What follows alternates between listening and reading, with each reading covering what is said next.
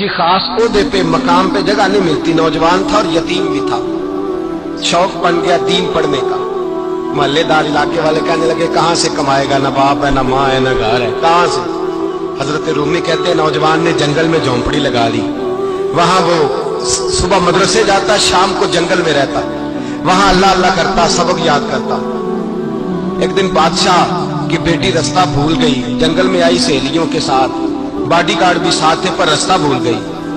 खोती खोती शाम हो गई, ऐसी खोई कि जब रात गहरी हो गई तो आके उस नौजवान के पास रुकी और चिल्लाने लगी।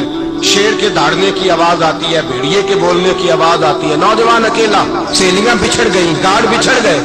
कहने लगी मैं परेशान हूं, मुझे जगह मिल जाएगी। नौजवान कहता मैंने शहजादी देखी और मुझे भी पता था कि घर एक ही है और रात को अंदर से दरवाजा भी बंद करना पड़ता है, जंगल जानवर भी आ जाते हैं। कहते मेरी छोटी सी कुटिया में झोंपड़ी में वो आई, रो के कहने लगी सहारा कोई नहीं, अगर मैं पीछे निकलूंगी तो भेड़िए खा जाएंगे।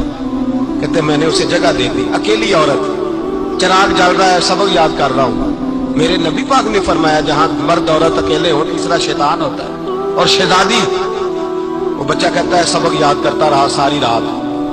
वो बच्ची को कहा सो जा, पर वो कहती है नींद मुझे भी कहां आई। ऐसे मौकों पर नींद, सारी रात सबक याद करता, थोड़ी थोड़ी देर के बाद चिराग जलता तो उस पर उंगली रखता, हाथ जलता तो पीछे खींच ले, फिर दूसरी उंगली रखता, थोड़ी देर के बाद जलता तो खींच ले, हाथ सारा जल गया। सुबह किरणें चमकी तो कहने लगा चल निकल जा, दौड़ जा, बस बड़ा सब्र का इम्तिहान हो गया, चली जा। शहजादी बाहर निकली, सिपाही ढूंढ रहे थे, बादशाह खुद जंगल में निकला हुआ था, मेरी बेटी मिल गई। बादशाह तन्हाई में जाके कहने लगा बेटा मैं दुनिया को बताऊंगा कि मेरी बेटी खोई नहीं थी, सिपाही साथ ही थे। ये बड़ा मुश्किल होता है, बेटी तो भूल के भी रात कहीं रह पड़े तो लोग जीने नहीं देते, तो बेटा मुश्किल हो जाएगा मेरे लिए। कहां थी? उसने कहा नेक नौजवान के पास। उसने कहा बेटा मैं तो तेरी बात मानूंगा पर दुनिया नहीं मानेगी। अगर उस नौजवान ने किसी को बता दिया कि तू उसके पास थी तो फिर लोग मेरा जीना मुहाल कर देंगे।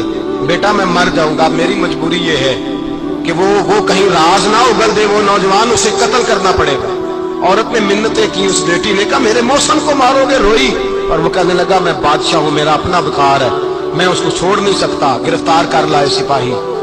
वक्त तय हो गया सदा का, अकेले काल कोठरी में रखा गया। जो उसके खास इतबार वाले थे उनकी ड्यूटी लगाई। बादशाह ने बुलाया तालिब इल्म, आया। औरत कहने लगी, बेटी कहने लगी एक दफा तो बुलाओ ना, एक सवाल बस पर्दे में रह के पूछना है और फिर जो आपका जी चाहे, मेरे मौसम को मारना तो है तो मर्जी आपकी। सामने खड़ा किया, नौजवान पर्दे के पीछे, औरत खड़ी हो गई। बादशाह बीच बैठ गया। बीबी कहने लगी सारी रात बेदार मैं भी रही, सोया तू भी नहीं। वो जो तू चिराग के करीब हाथ लगा के जलाता था वो समझ नहीं आई। नौजवान रो पड़ा, कहने लगा क्या करूं, मैंने रसूलुल्लाह का दीन पढ़ा है, क्या करूं, मैंने हुजूर का दीन पढ़ा है। मैंने पढ़ा है कि जानी को सबसे नीचे दोज़ख के सबसे निचले दर्जे में जलाया जाएगा, उसे जहन्नमियों का पीप और रोशा पिलाया जाएगा, गंद खिलाया जाएगा। ये रवायतें पड़ी हुई थी। थोड़ी थोड़ी देर के बाद शैतान मुझे कहता था बदकारी कर ले। मैं अपना हाथ उसी वक्त जब शैतान मशवरा देता तो मैं आग पे करता। मैं कहता अगर ये बर्दाश्त हो गई तो वो भी हो जाएगी। जब हाथ जलता तो मैं समझ जाता नहीं तुझसे तो ये नहीं बर्दाश्त होती तो वो कैसे होगी।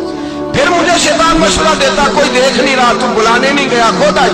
मैं दूसरी उंगली लगा देता। मैंने हाथ जलाया और मैं समझ गया जब छोटे से चिराग की इतनी सी शमा की आग नहीं बर्दाश्त होती तो दोज़ख की कैसे बर्दाश्त होगी। कहते मैं पास आया, बादशाह ने ये कहानी सुनी, लफ्ज़ सुने तो चीख मार के रोया। कहने लगा तालिब इल्म तू तो मेरे नबी का सच्चा गुलाम है और मेरे रसूल के जो सच्चे गुलाम होते हैं उन्हें फांसियां नहीं दी जाती, उन्हें तख्त में बिठाया जाता है।